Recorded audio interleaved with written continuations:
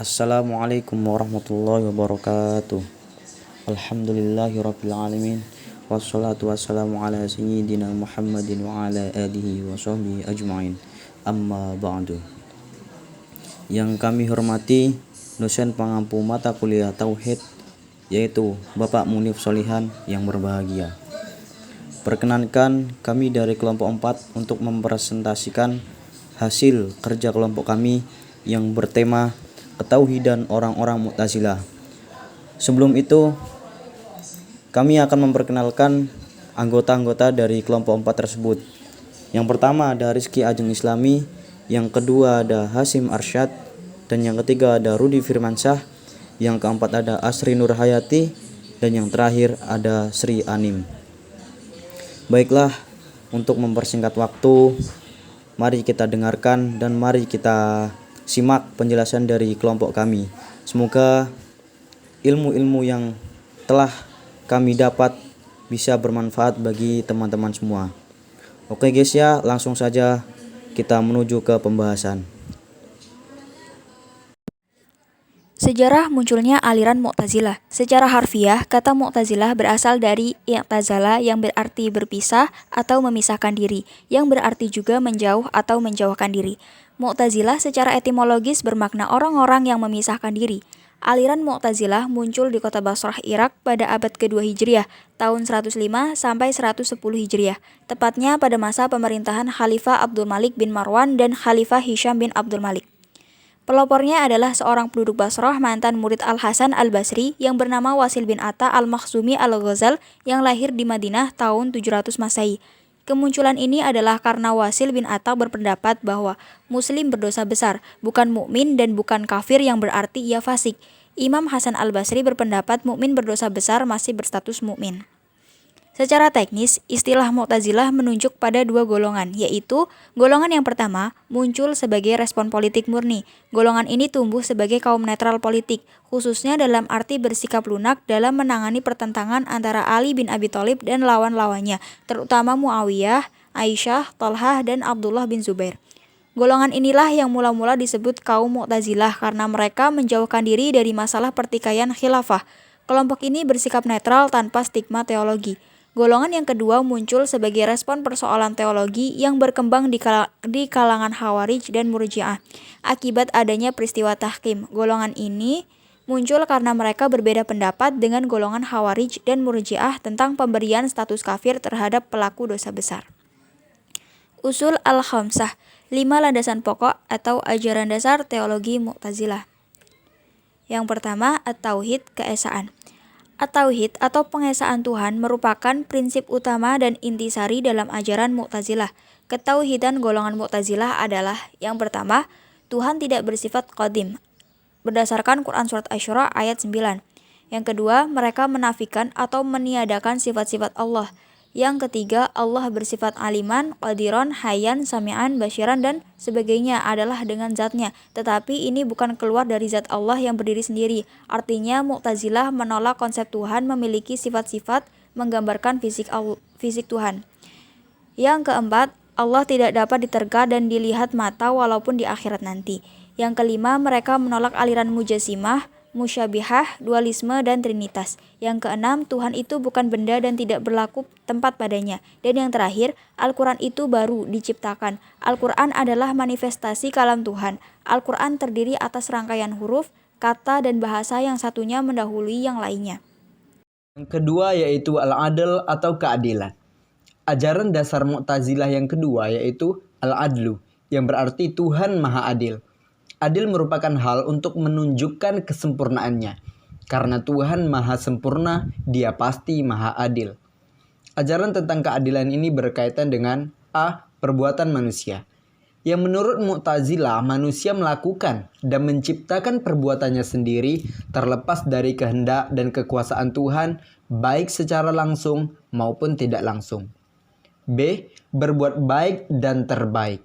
Maksudnya adalah kewajiban Tuhan untuk berbuat baik kepada manusia. Tuhan tidak mungkin jahat dan aniaya terhadap manusia karena hal itu akan menimbulkan kesan bahwa Tuhan jahat dan berlaku aniaya, sesuatu yang tidak layak bagi Tuhan. C. Mengutus Rasul kepada manusia merupakan kewajiban Tuhan.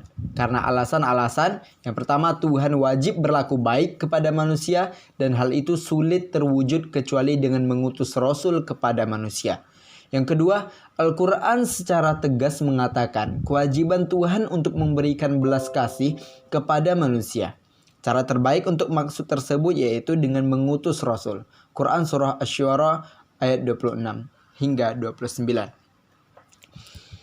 Yang ketiga yaitu tujuan diciptakannya manusia untuk beribadah kepadanya. Agar tujuan tersebut berhasil adalah dengan mengutus Rasul sebagai penyampai ajaran Tuhan. Yang ketiga, al-wa'ad wa al-wa'id, yaitu janji dan ancaman. Prinsip janji dan ancaman yang difahamkan kaum Mu'tazilah yaitu untuk membuktikan keadaan Tuhan, untuk membuktikan keadilan Tuhan sehingga manusia dapat merasakan balasan Tuhan atas segala perbuatannya. Ajarannya yaitu yang pertama, orang mukmin yang berdosa besar lalu wafat sebelum tobat ia tidak akan mendapat ampunan.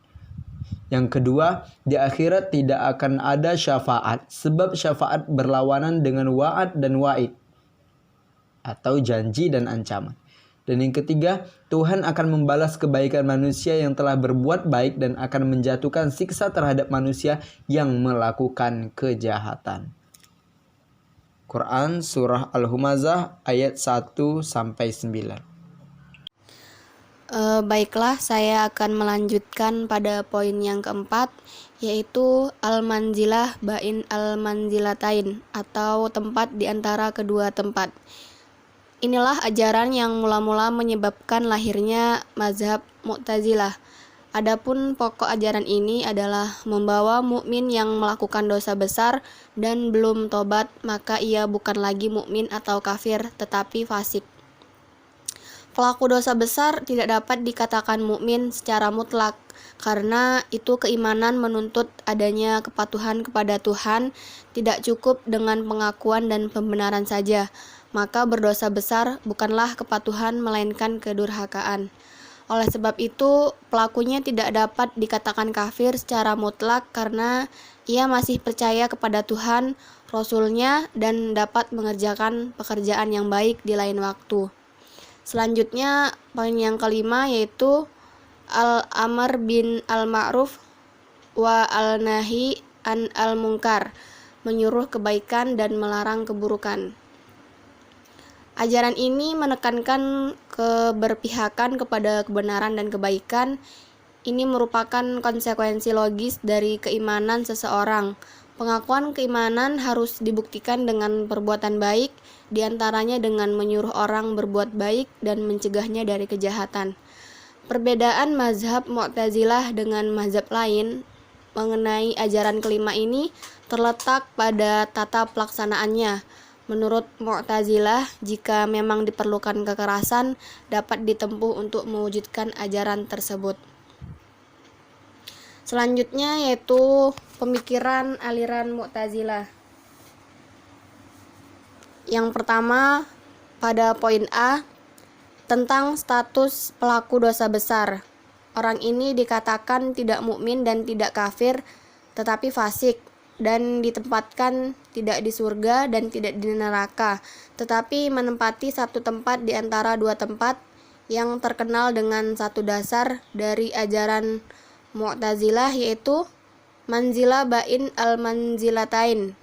Menurut Mu'tazilah, yang termasuk dosa besar adalah segala perbuatan yang ancamannya disebutkan secara tegas dalam nas. Sedangkan dosa kecil adalah sebaliknya, yaitu segala ketidakpatuhan yang ancamannya tidak tegas dalam nas. Selanjutnya yang pada poin B, tentang iman dan kufur. Mu'tazilah tidak menentukan status dan predikat yang pasti bagi pelaku dosa besar, apakah tetap mukmin atau telah kafir, kecuali dengan sebutan yang sangat terkenal dengan manzilah bain al-manzilatain. Setiap pelaku dosa besar menduduki posisi tengah di antara posisi mukmin dan posisi kafir. Jika meninggal dunia sebelum bertobat, maka ia dimasukkan ke dalam neraka, namun siksaannya lebih ringan daripada siksaan orang-orang kafir. Perbuatan Tuhan menurut aliran Mu'tazilah sebagai aliran kalam yang bercorak rasional berpendapat bahwa perbuatan Tuhan hanya terbatas pada hal-hal yang dikatakan baik. Namun bukan berarti Tuhan tidak mampu melakukan perbuatan buruk. Tuhan tidak melakukan perbuatan buruk karena Tuhan mengetahui keburukan dari perbuatan buruk tersebut. Mu'tazilah mengambil dalil dengan surat Al-Anbiya ayat 23 dan surat Ar-Rum ayat 8. Perbuatan manusia menurut aliran Mu'tazilah memandang bahwa manusia mempunyai daya yang besar dan bebas. Oleh karena itu, Mu'tazilah sepaham dengan aliran Qadariyah tentang perbuatan manusia. Manusialah yang menciptakan perbuatan-perbuatannya. Manusia sendiri yang berkuasa untuk melakukan yang baik dan yang buruk. Kepatuhan dan ketaatan kepada Tuhan adalah kehendak manusia sendiri. Mu'tazilah menggunakan dalil As-Sajdah ayat 7. Yang dimaksud dalam ayat tersebut adalah semua perbuatan Tuhan adalah baik.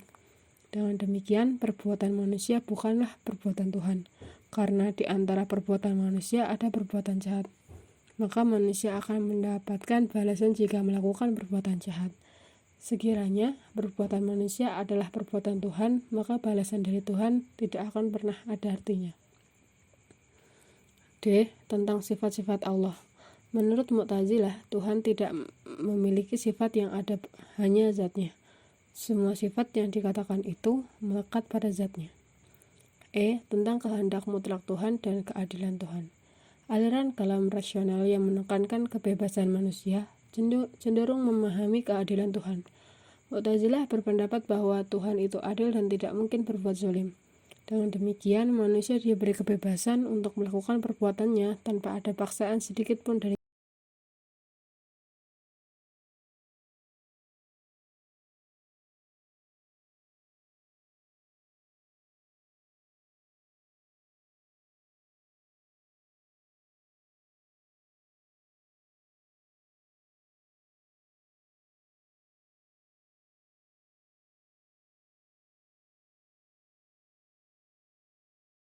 Baik, cukup sekian presentasi dari kelompok kami. Kurang lebihnya mohon maaf. Wassalamualaikum warahmatullahi wabarakatuh.